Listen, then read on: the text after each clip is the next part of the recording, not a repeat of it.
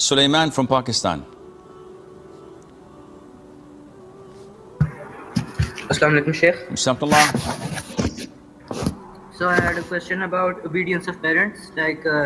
So these days it's the holidays, right? So there's no school these days. So sometimes I'm not able to wake up for Fajr. So I just stay up until Fajr.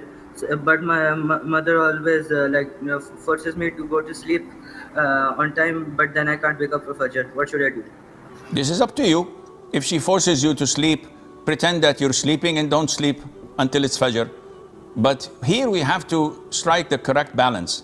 If your mom forces you to sleep at 11 o'clock and you refuse because you want to stay until 3 or 4 o'clock playing video games and wasting your time, this is on you. The fault is on you. You should go to bed even earlier, immediately after praying Isha, so that you don't miss Fajr. So who are you trying to fool?